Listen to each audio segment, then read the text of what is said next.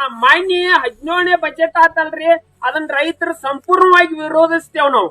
ಯಾಕಂದ್ರ ಪಕ್ಕದ ರಾಜ್ಯ ಮಹಾರಾಷ್ಟ್ರದಾಗ್ರಿ ದೇವೇಂದ್ರ ಫಡ್ನೀಸ್ ಅದನಲ್ರಿ, ದೇವೇಂದ್ರ ಫಡ್ನೀಸ್ ಮುಖ್ಯಮಂತ್ರಿ ರೈತರು 2 ಲಕ್ಷ ರೂಪಾಯಿ ಸಾಲ ಮನ್ನಾ ಮಾಡಿದಾನ್ರಿ. ಮತ್ತು ಒಟ್ಟ ರೈತರು ಸಾಲ ತಗೋದವ್ರಿಗೆ ಕೃಷಿ ಸಹಾಯಧನ ಅಂತ 50,000 ರೂಪಾಯಿ ಸಾಲ ಪ್ರೋತ್ಸಾಹಧನ ಅಂತ ಕೊಡೋದನ್ರಿ.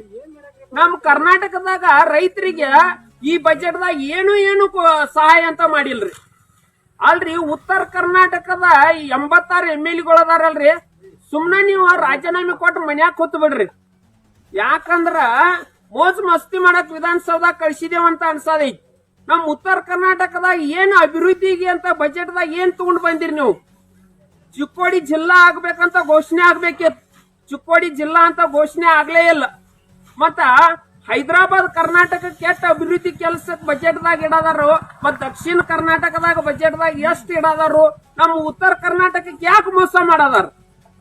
ಬಜೆಟ್ದಾಗ 17ನೇ ಬಜೆಟ್ದಾಗ ಉತ್ತರ ಕರ್ನಾಟಕದ ಬಹಳ ಅಂದ್ರ ಮೋಸ ಮಾಡಿದಾರು, ಬಹಳ ಅಂದ್ರ ಅನ್ಯಾಯ ಆಗೈತಿ ಉತ್ತರ ಕರ್ನಾಟಕ. ಅದಕ್ಕ 86 ಉತ್ತರ ಕರ್ನಾಟಕದ MLA ಇದಿರಲ್ರಿ, ಅವ್ರೆಲ್ಲಾ ರಾಜೀನಾಮೆ ಕೊಡ್ರಿ, ಗಪ್ ಸುಮ್ನ ಮನ್ಯಾಗ ಕೂತ್ ಬಿಡ್ರಿ. ಅಲ್ರಿ ಉತ್ತರ ಕರ್ನಾಟಕ ಏನು ಅಭಿವೃದ್ಧಿ ಕೆಲಸಕ್ಕೆ ಎಷ್ಟು ಬಜೆಟ್ದಾಗ ಹಣ ಮಂಜೂರಿ ಇಟ್ಟಿದಾರು? ಅಲ್ರಿ ಪಕ್ಕದ ಮಹಾರಾಷ್ಟ್ರದಾಗ ರೈತರದ್ದು 2 ಲಕ್ಷ ರೂಪಾಯಿ ಸಾಲ ಮನ್ನಾ ಮಾಡಿದಾರ.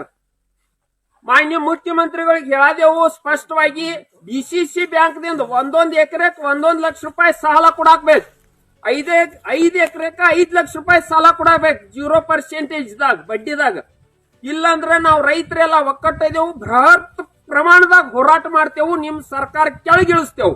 ಯಾಕಂದ್ರೆ ನಾವು ಈ ಬಜೆಟ್ದಾಗ ನಾವು ರೈತರೆಲ್ಲ ಸಂಪೂರ್ಣವಾಗಿ ವಿರೋಧ ಮಾಡದೇವು ನಿಮ್ಮನ್ನ. ಯಾಕಂದ್ರೆ ರೈತರಿಗೆ ಏನು ಸಹಾಯ ಮಾಡಿಲ್ಲ ಈ ಬಜೆಟ್ದಾಗ. ನಾವು ಈ ಸರ್ಕಾರನ ಧಿಕ್ಕಾರ ಮಾಡದೇವು. ನಮ್ಗೆ ರೈತರಿಗೆ ಸಹಾಯ ಆಗುವಂಗ ಬಜೆಟ್ ಮಾಡಬೇಕು. ಈ ವಿಡಿಯೋ ಎಲ್ಲಾ ಕಡೆ ಶೇರ್ ಮಾಡ್ರಿ.